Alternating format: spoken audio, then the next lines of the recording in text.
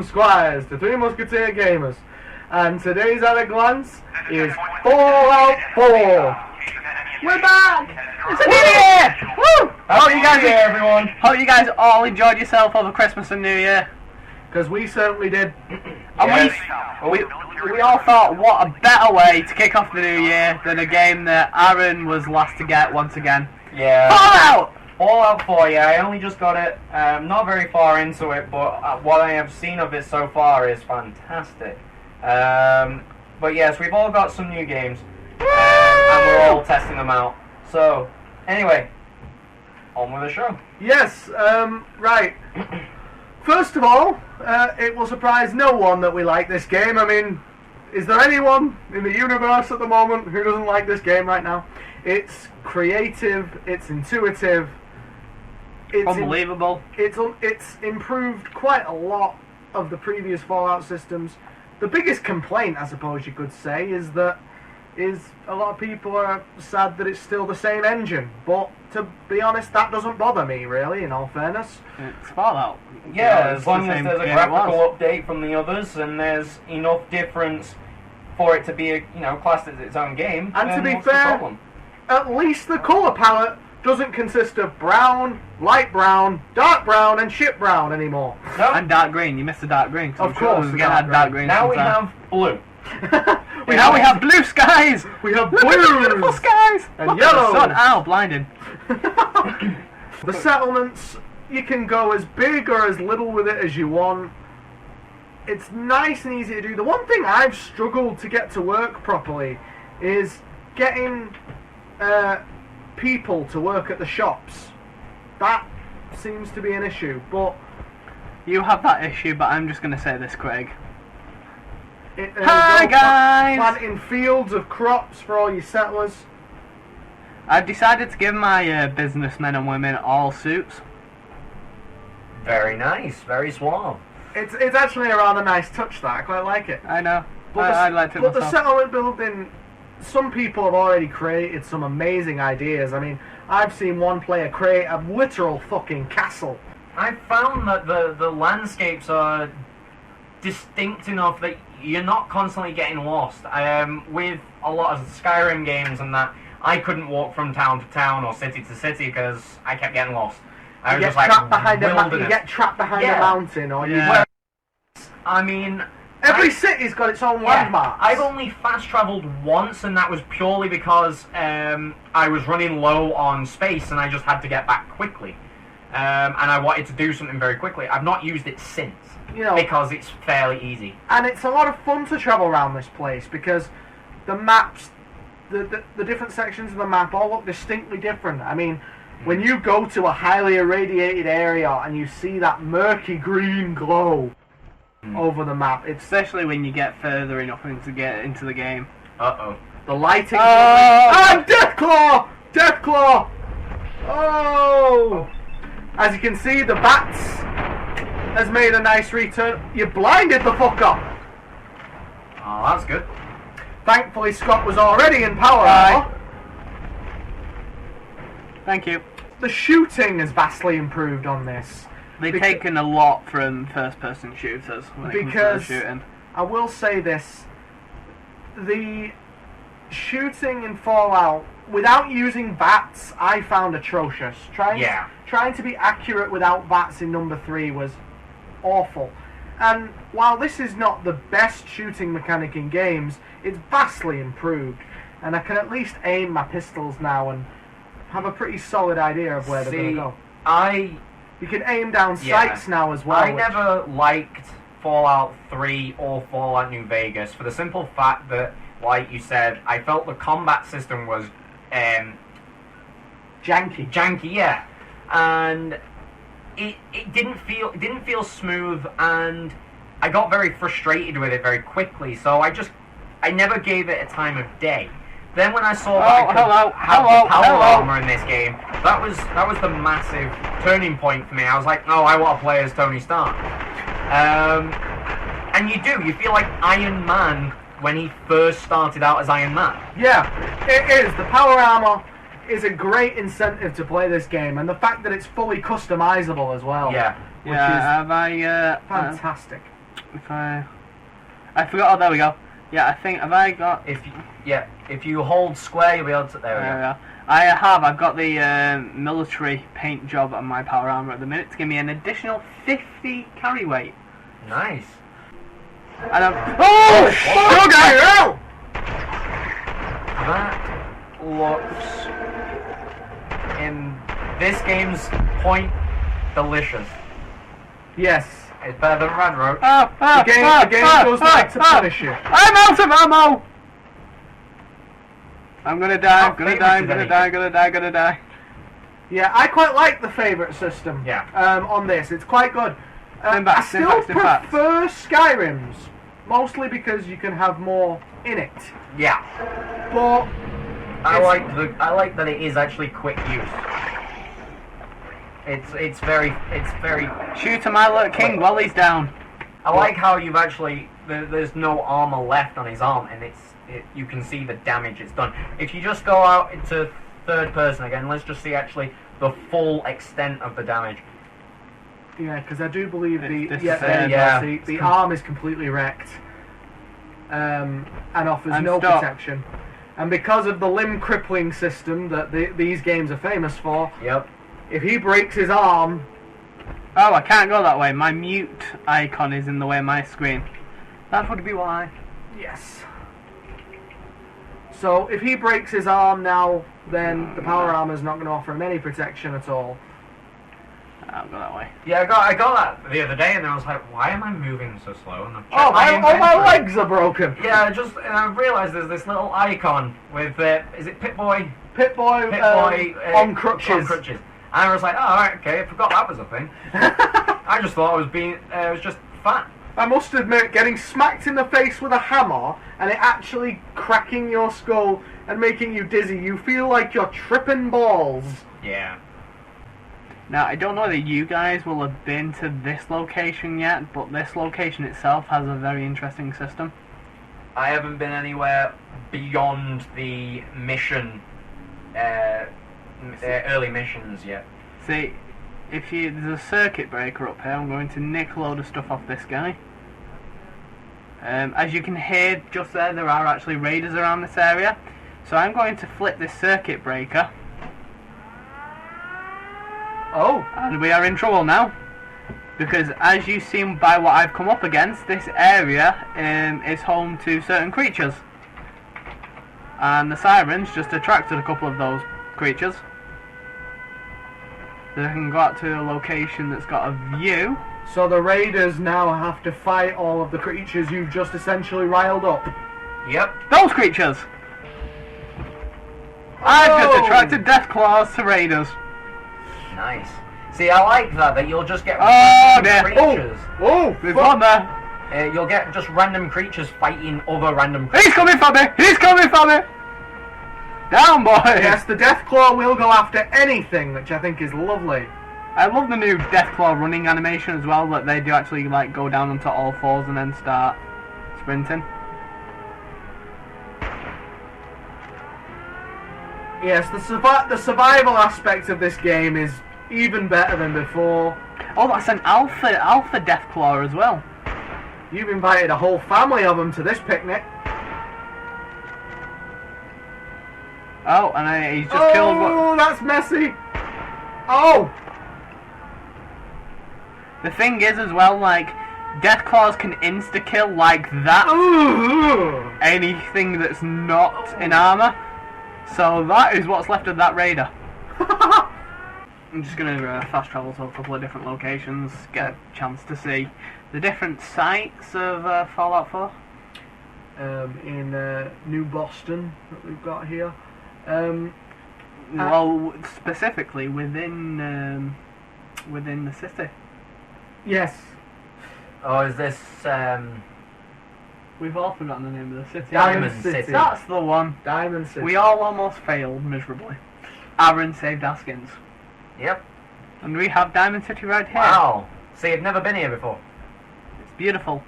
Especially at night. It really glows at night. And the greatest thing is when if you play this all year round, when it gets to Christmas, I believe in this little area here, an actual Christmas tree. The main controversy as well is that it's not Christmas on your console's calendar. It's in-game Christmas. Yes. Yeah. You've got to get to the 25th of December, 24th of December. If I exit my armor here as well, I can actually use this little gadget here and fix my power armor up.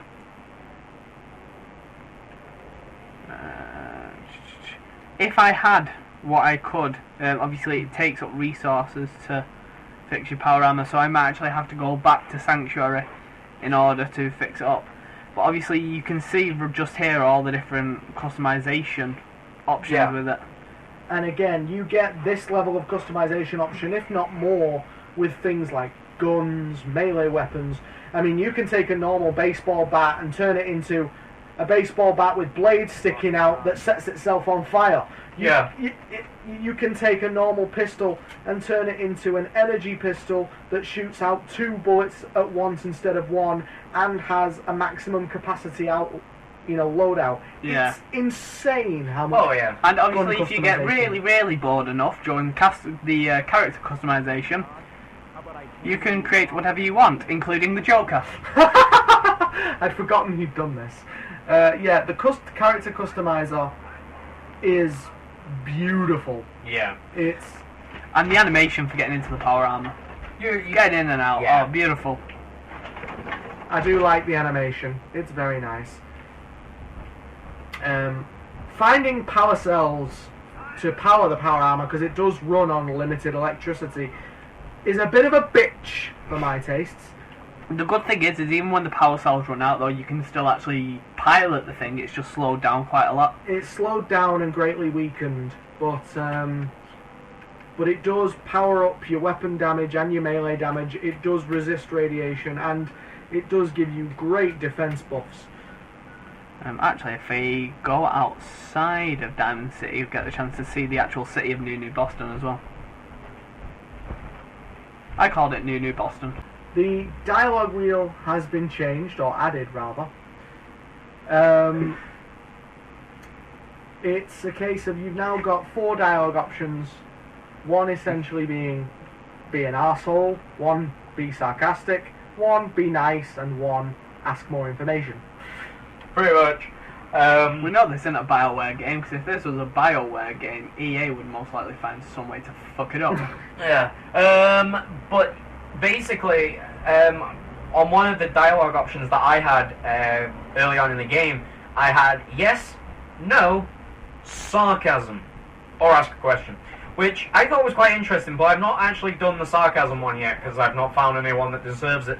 Yeah, the only problem that I have on this game is with those dialogue options, they don't give you an accurate representation of what your character's actually going to say. No, this is true. So if you want to play through this game role-playing, which a lot of RPG fans actually do, you will probably have to play through it a few times to know what lines of dialogue are going to be said so you can accurately choose your options. Which is disappointing, because as much as I like having a voice-acted character, having 6 dialogue options instead of 4, the way you could in previous Bethesda games, Skyrim, Fallout 3, is still a better option.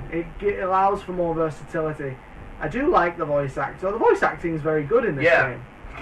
The one thing that I would say is good about, unfortunately not this version because we're playing on PS4, but both the PC and now the Xbox One versions, is there's such a large modding community out there. I am already aware of the fact there are some mods that have been created that give you those accurate lines, so it does pop up on screen exactly what's going to be said. So, well, let's face it, with any game that makes its way to PC, the modding community always tends to fix errors first and then create strange tomfuckery. Yeah, but that's what I would prefer, in a sense of, yes, I'd by all means add things to the game, but if you're going to do that, preferably fix problems first. And that's what most of the modding community does. It's rather sad when fans have to fix an error in a game via a mod.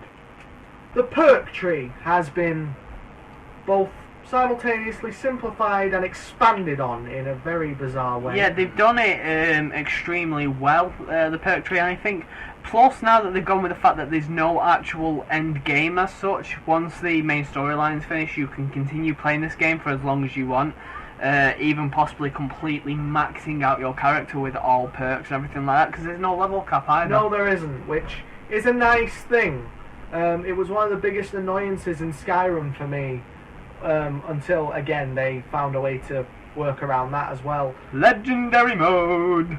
Where once you hit level 100, well, that was it. That was the max of your levels. Whereas this, if you're not a role player and you just want to max out every stat, you can do it. And I like the fact that now... So that didn't work.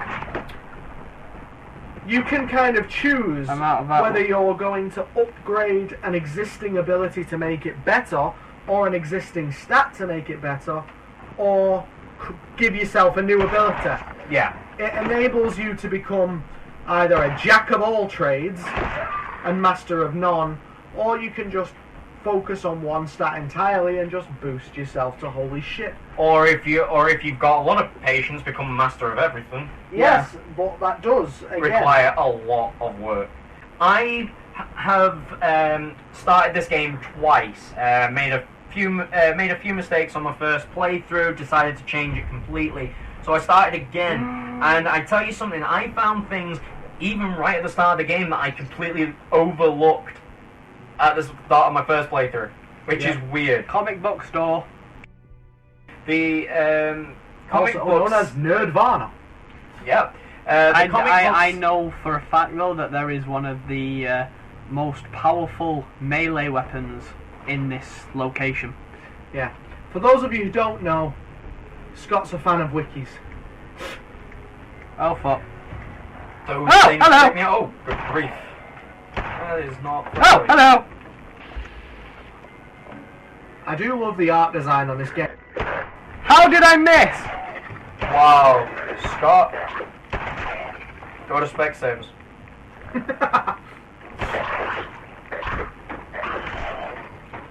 Can I point out, setting them on fire when they're that close to you is probably more damaging than helpful? Oh. You blind get. Revolver with a scope. I love it. So, is this the weapon you're talking about? Lock picking straight out of Skyrim, which I'm happy with. Oh yeah. Straight out the original as well. It was the same lock picking mechanic in Fallout 3 and New Vegas. I couldn't remember, but this is by far possibly one of my favourite lock picking mechanics of all time. Yes. You guys, anybody who has read the comics on this game, say hello to Grognak's axe. Well, it looks delicious. 52 damage. And I will point out... Only weighs 10. I will point out, no weapon escapes modding on this game. Nope. Doesn't matter if it's a legendary weapon, a character's personal weapon. If you want to mod it, you mod the shit out of that weapon. Have you guys seen the Weapon Mods mod? Where you can seriously take any weapon and add any in-game weapons mod to it? So you can create a minigun that fires lasers with a shredding thing on the end of it, with a scope. Yeah, fucking hell! You can go anything. One thing that I realised about these games is, and I don't know if you guys actually know this about this little mini game, but if you find stuff like that in here, it will take away dud answers. Really? Oh, that's what... It's actually been in here for years. I did not know that. This hacking minigame's interesting. I quite like... It's got a face. Attempts either. No, it gives you extra attempts as well, some of them. So they're like little boxes inside the hacking minigame? Yeah, you've got to look for like the bracket symbols, and they've got to be bracket symbols where there's something in the middle of them. So obviously, like, those ones don't count because of the wrong way around, but that one does. So again, it's removed another dud word for me. And then there's that one as well. Well, that's me learning something new about this game. I've just learned something. But this hacking minigame, I quite like. It's quite clever the way it's implemented. Yeah. The best thing is, I was talking to someone about it the other day, and they asked me, how do you do the hacking system? Because we were playing it together, and I'd gotten to a bit of it, got to this system first, and I give such a really random answer. I said, I thought about the location of which the computer was in. For instance, I was in a drug addict's, drug dealer's place. And I was thinking I looked at all the words and I went, what would be the most obvious password for a drug dealer? And I literally did this in it took me only 2 attempts, right? I thought of one, then the other, and instantly got it. So, it was amazing. Working on that aspect then, and considering I've got rid of a load of duds, we're in a comic book store, and out of the 3 options there, cyborgs instantly come to mind. So if we try that, yep, you're a failure. But well, the only other options are embrace and escorts. Yeah, I'm going to go with escorts because if it's comic book, here we go. Yeah, you're not really going to get many girls. But the thing is, that's also worked for me on the first attempt, but it gave me the answer on my second attempt. It said disengaged lock, didn't it? So it could have been possibly that one. Possibly. But hey ho, I've already hacked it. And to be fair, it gave experience. And it gave us an example, be able to give you an example as well. I love that animation then. The animations are lovely on this game. Like, there's just so much positive to say about it, and there's so few negatives that I can find to say about it. Yes, it's an old engine with a new wrapping paper. And look at the way that the ghouls actually act as well. Oh shit! Get out my way! Look at the smoke. It looks like it was eating molten lava. The AI is quite intelligent. You were saying?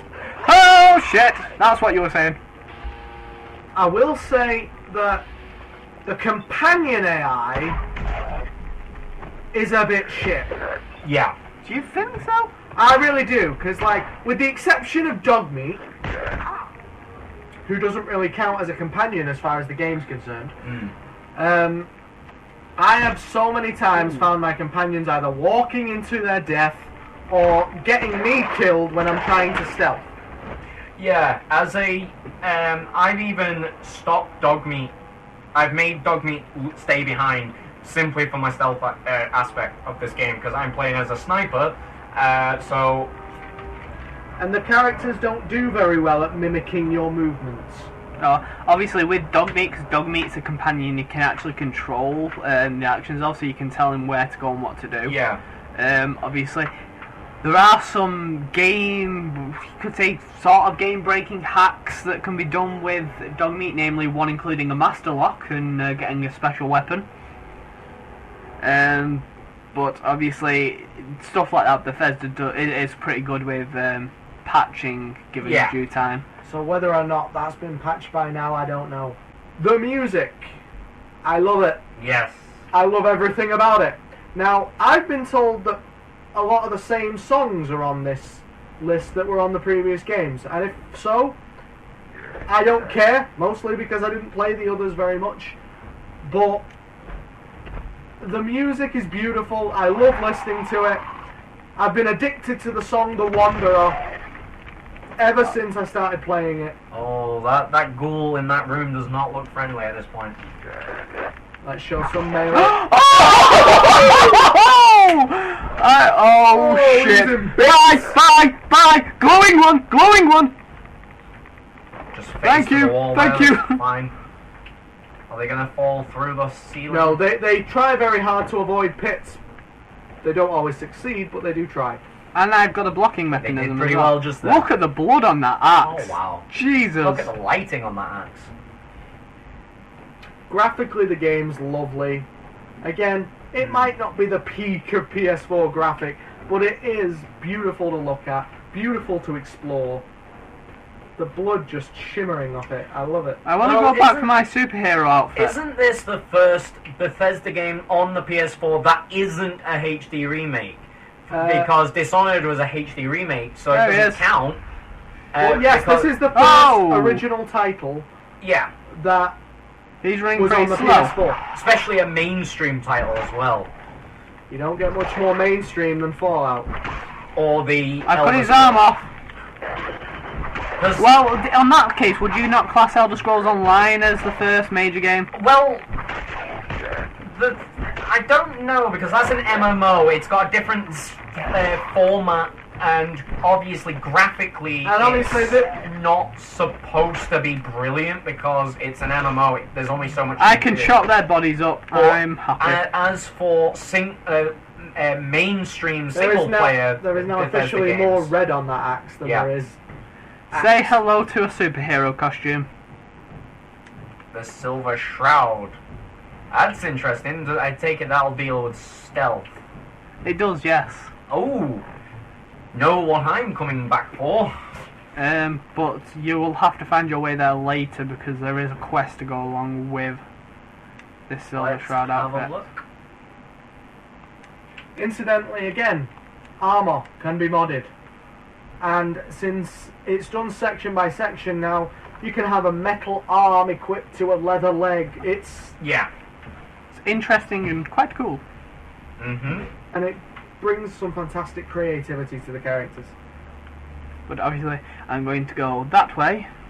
This game is an absolute playground.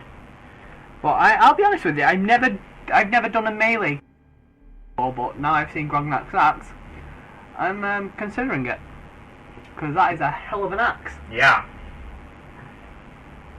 And considering on stuff like Skyrim, you've got beheading animations and stuff like that, I want to see that happen on this. Yes, and I will not lie, I've seen some of the melee kill cams, and they're delicious. Especially given the fact that when you use VATS with melee, you almost teleport in front of the enemies in question, them in the face. Nice. Which is quite cool when it comes to knife kills and stuff like that, because especially if you've leveled up quite a lot, it can. Yeah. You can be vicious as a stealth knife character. Really vicious. You really can, and oh my God, you get weapons like the Power Glove, specifically designed for melee builds. Oh, which look at that! Look at me. They just explode crimson swords. On that. Look at that statue and look at the. Oh. I think we might as well leave that there just with this view. That lovely view of Diamond City. Oh my God, that is stunning and gorgeous and truck. And all the blood has just dripped off of his axe. It's just gone now. Nice. We'll just look up at that tower. At that greenish smog, which sums up Fallout in a nutshell. A dirty world rendered beautifully. With some fantastic characters, glorious quests, and a brilliant modding and crafting system. Yep. So no matter what your taste, there's something in here for you. Oh God, yeah. There'll be something for everyone, any playstyle, anything anyone likes to do. If you like an RPG game and if you like Bethesda's Elder Scrolls series and Fallout series, then you will absolutely love this game. And if you've never played one before, this is a fantastic one to introduce you to them. Exactly, give it a go, because it's the first one that actually gives you a prologue beforehand, including the pre-war segments. So this would be the perfect introductory game for you to the series, So that's Fallout. It receives a glowing recommendation from all three of us, despite our three diverse playstyles. And so, from all of us here at 3 Musketeer Gamers, I bid you adieu, goodbye, and farewell.